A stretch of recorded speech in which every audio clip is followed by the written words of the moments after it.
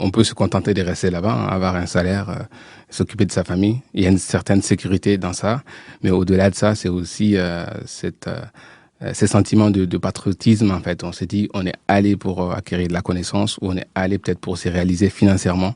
Maintenant qu'on peut dire, alhamdoulilah, il serait quand même temps qu'on puisse revenir un peu aux sources, apporter notre petite pierre à l'édifice.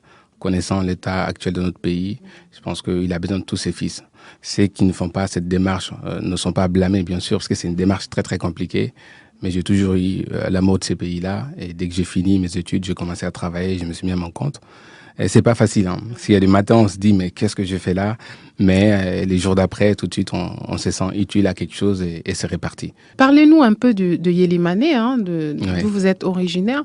Aujourd'hui, quel regard jetez-vous vous-même, hein, sur Yélimane et Ouais. peut-être les aspirations des jeunes? Et le Mali a cette particularité d'être les cercles peut-être les plus riches du Mali en termes d'apport de la diaspora. Parce que nous, Et le transfert de fonds des un migrants. transfert de fonds, c'est ça. Nous sommes principalement là-bas d'ethnie soniquée, et les soniqués sont plus connus pour être des gens qui cherchent de l'argent en terre à terre en quelque sorte. Donc il y a un apport considérable de la diaspora. Mais c'est une zone paradoxalement qui n'est pas assez développée. Quand on prend un exemple de Très mon village, pauvre. très pauvre, quand on prend l'exemple de mon village natal, l'école n'a vu le jour là-bas qu'en 97. Donc tous ceux qui sont nés avant cette date ne sont pas allés à l'école ou sont allés à l'école dans d'autres villages. Moi, je suis très jeune, mais je suis le premier à avoir les baccalauréats dans mon village. On est en 2018 quand même. Donc, Oui. c'est pour vous dire qu'il y a une carence à Il ce y a un niveau-là. besoin immense. Immense. Donc, du coup, Yélimane, ce que je peux vous dire là-dessus, c'est un peu ça. C'est dans Alors, le cercle des Yélimane Kaï. a ce député qui est très connu, hein, Mamadou Awa Gassama. Qu'est-ce qui fait que les choses ne changent pas aussi vite? Comme je l'ai dit précédemment, nous, les Soniqués, souvent, on s'intéresse pas à la politique. On laisse ça au Mro-Kalané, au Tali, dans Bambara, c'est un peu ça que ça se dit. Il est en place depuis 22 ans. Donc, on se dit quand même, il y a une certaine confiance qui lui a été témoignée par la population, mais il y a un désavouement qui est là à la classe politique, pas que lui, mais tous les anciens qui sont là, qui n'ont pas su être à la hauteur du souhait de la population. À titre d'exemple, quand il y a eu les élections communales, son parti URD avait 11 maires sur 12, mais il y a eu un ras-le-bol général. Maintenant, il leur reste un maire sur 12. Donc, c'est pour vous dire à quel point la population a besoin de changement.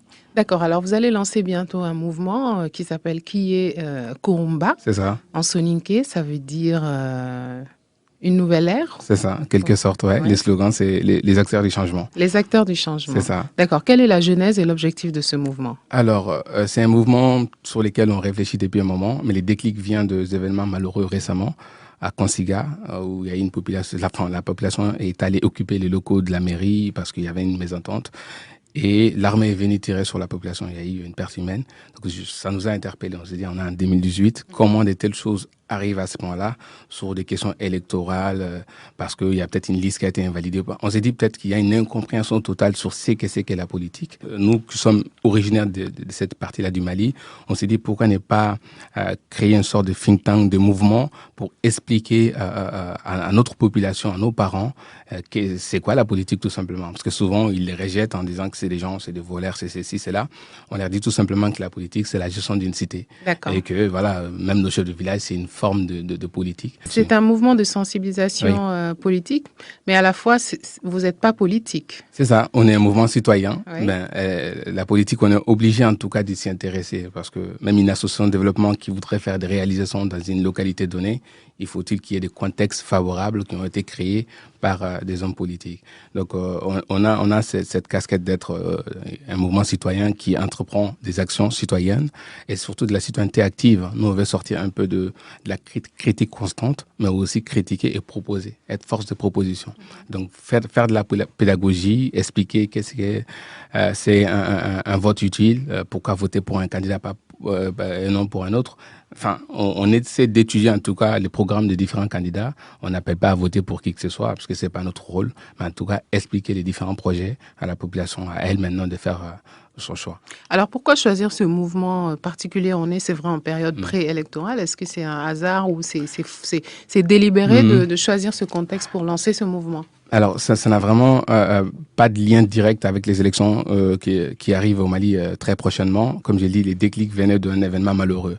Mais maintenant, une fois que les mouvements sont en place, c'est des échéances qu'il ne faut pas négliger. On s'est dit, on va se sentir inutile dans ces cas si on ne s'intéressait pas à ces élections-là.